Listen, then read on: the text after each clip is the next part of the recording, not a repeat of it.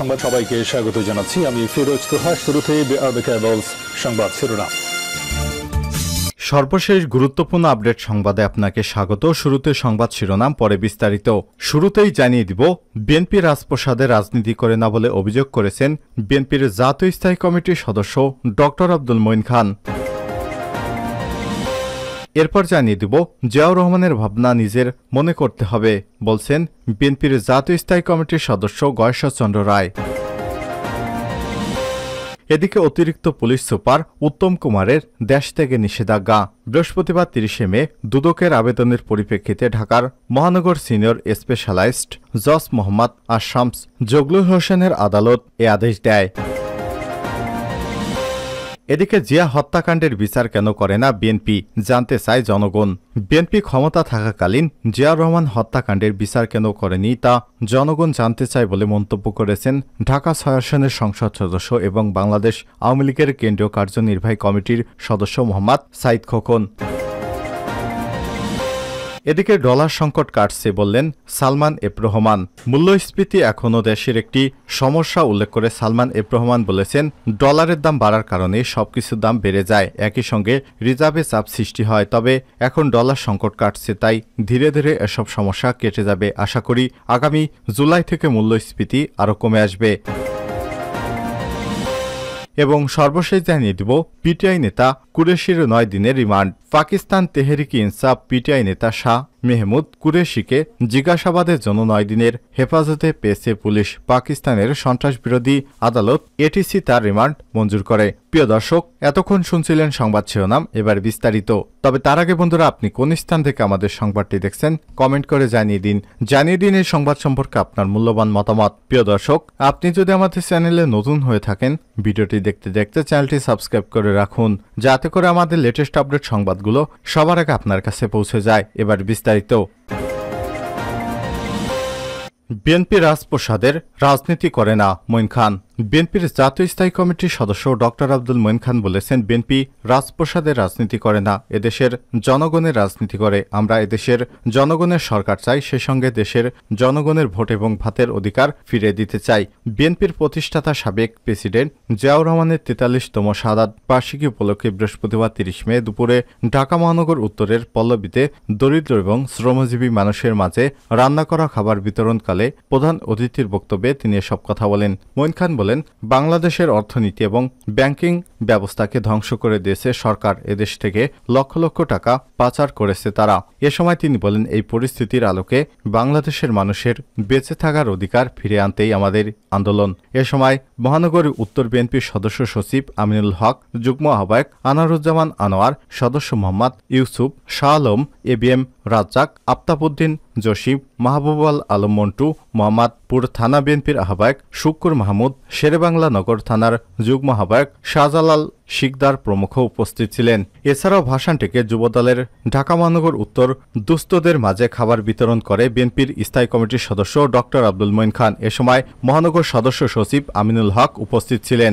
ভাটারা 100 fit রোডের নয়াবাড়িতে খাবার বিতরণ করে বিএনপির জাতীয় স্থায়ী কমিটির সদস্য ড আব্দুল মঈন খান। কল্যাণপুর বাস স্ট্যান্ডে মিজান টাওয়ারের সামনে খাবার বিতরণ করে মিরপুর থানা বিএনপি, গুলশান এবং বনানীতে খাবার বিতরণ করা হয়। এছাড়াও মিরপুরের শাহ আলী মাজারের সামনে ঢাকা মহানগর উত্তর বিএনপির সদস্য সচিব আমিনুল হক দুস্থদের মাঝে খাবার বিতরণ করেন। জিয়াউর রহমানের মনের ভাবনা নিজের মনে করতে হবে গয়েশ্বর।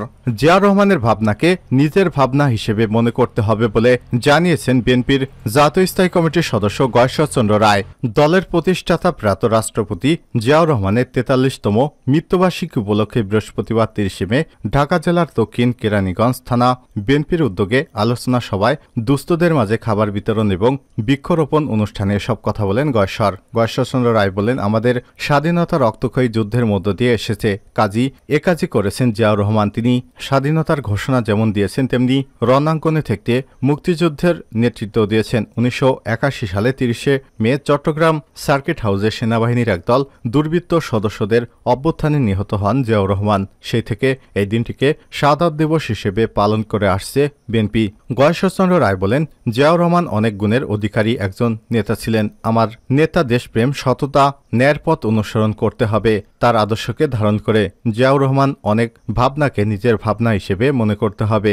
যে জিয়া জনতার, সেই জিয়া মরে না। তিনি আরো বলেন, যারা ভেবেছিল জিয়াউর রহমানকে হত্যা করা হলে বিএনপি শেষ হয়ে যাবে, তাদের কথাই একবার ভাবেন, তাদের পরিণতি এখন ভাবেন। অথচ খালেদা জিয়া ও তারেক রহমানের নাম শুনলে তাদের রাতে ঘুম হয় না। এখন দেশের সবচেয়ে জনপ্রিয় নেতা খালেদা জিয়া এবং তারেক রহমান। এ সময় জিয়াউর রহমান প্রসঙ্গে বিএনপির যুগ্ম মহাসচিব সৈয়দ মোয়াজ্জেম হোসেন আলাল বলেন, যুক্তরাষ্ট্রের খ্যাতনামা কূটনৈতিক উইলিয়াম বি মাইলাম বলেছেন, জিয়াউর রহমান যদি 1981 সালে মারা না গিয়ে 1975 সালে মারা যেতেন তাহলে বাংলাদেশ হয়তো আফগানিস্তান অথবা আফ্রিকার দেশগুলোর মতো হতো। দেশের চলমান রাজনৈতিক পরিস্থিতির কথা তুলে ধরে তিনি বলেন, আমাদের নেতা তারেক রহমান সফল এবং জনপ্রিয় নেতা, তার নেতৃত্বেই দেশে আবার গণতন্ত্র পুনঃপ্রতিষ্ঠা হবে। অতিরিক্ত পুলিশ সুপার উত্তম কুমারের দেশ থেকে নিষেধাজ্ঞা।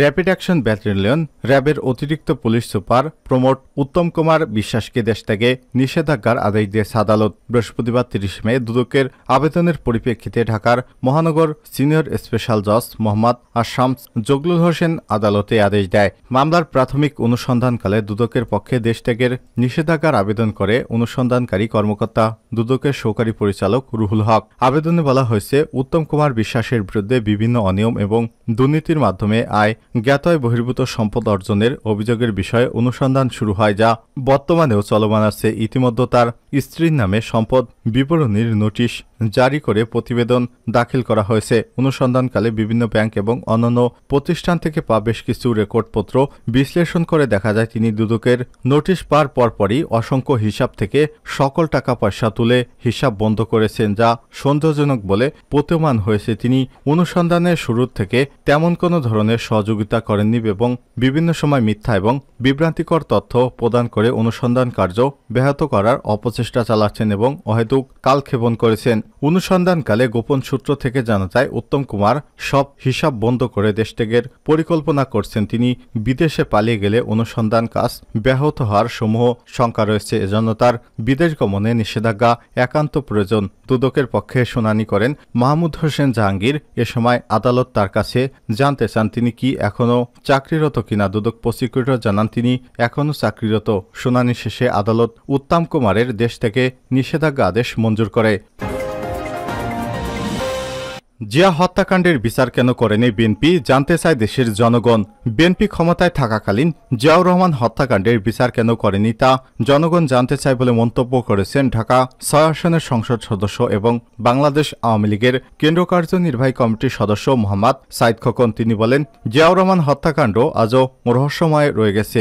এই রহস্য উন্মোচন ঘটাতে হবে। বৃহস্পতিবার 30 মে দুপুরে পুরান ঢাকার ধোলাইখালের সাদেক হোসেন খোকা খেলার মাঠে অসহায় হতদরিদ্র 1300 পরিবারের মাঝে খাদ্য সামগ্রী বিতরণ অনুষ্ঠানে সব মন্তব্য করেছেন তিনি। প্রধানমন্ত্রী শেখ হাসিনার উপহার হিসেবে এই খাদ্য সামগ্রী বিতরণ করা হয়। মোহাম্মদ সাইদ খোকন বলেন, আজ 30 মে দেশের সাবেক রাষ্ট্রপতি জিয়াউর রহমানের 43তম মৃত্যুবার্ষিকী, অর্থাৎ 43 বছর আগে জিয়াউর রহমান হত্যাকাণ্ডের ঘটনা ঘটে। কিন্তু আজ পর্যন্ত তার পরিবারের কেউ জিয়া হত্যাকাণ্ডের বিচার চায়নি। কোনো থানায় জিয়া পরিবারের কেউ কোনো এফআইআর করেনি। কেন তারা করেনি, জনগণ সেটা জানতে চায়।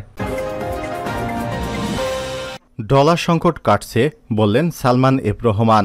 ডলার সংকট কাটছে বলে জানিয়েছেন প্রধানমন্ত্রী শেখ হাসিনার বেসরকারি শিল্প এবং বিনিয়োগ উপদেষ্টা সালমান এফ রহমান। মূল্যস্ফীতি এখন দেশের একটি সমস্যা উল্লেখ করে সালমান এফ রহমান বলেন, ডলারের দাম বাড়ার কারণে সবকিছুর দাম বেড়ে যায়, একই সঙ্গে রিজার্ভে চাপ সৃষ্টি হয়। তবে এখন ডলারের সংকট কাটছে, তাই ধীরে ধীরে সব সমস্যা কেটে যাবে। আশা করি আগামী জুলাই থেকে মূল্যস্ফীতিও কমে আসবে। বৃহস্পতিবার 30 মে গুলশানে metropolitan chamber of commerce and industry MCCI এবং policy exchange exchange of Bangladesh PEB আয়োজিত বাংলাদেশ বিজনেস ক্লাইমেট ইন্ডেক্স 2023-24 উদ্বোধনী অনুষ্ঠানে সব কথা বলেন সালমান এফ রহমান। রাজস্ব আয় বাড়াতে করের হার কমানো উচিত জানিয়ে প্রধানমন্ত্রীর উপদেষ্টা বলেন, ব্যবসার পরিবেশ সহজ করতে এখন বড় চ্যালেঞ্জ এনবিআর। বারবার বলা হচ্ছে করজালের আওতা বাড়িয়ে কর হার কমিয়ে দিলে রাজস্ব আহরণ বাড়বে, কিন্তু তারা প্রতিবার যারা কর দিচ্ছে তাদের আরও বেশি চাপে ফেলা হচ্ছে। আসলে সবাইকে করের আওতায় আনতে হবে। সালমান এফ রহমান বলেন, এই বাজেটে নতুন ধরনের সংস্কার আসবে। আমাদের ট্যাক্স জিডিপি রেশিও গত বছরের তুলনায় কমেছে, এটা আমাদের জন্য একটা সমস্যা। এ সমস্যা মোকাবেলা করতে হবে। আমাদের বেশি দেশি বিদেশি বিনিয়োগ দরকার। দেশে ব্যবসায় অনুকূল পরিবেশ আছে, এখন আমাদের কাজ করতে হবে। আমি আশাবাদী সামনে অনেক বেশি বিদেশি বিনিয়োগ আসবে।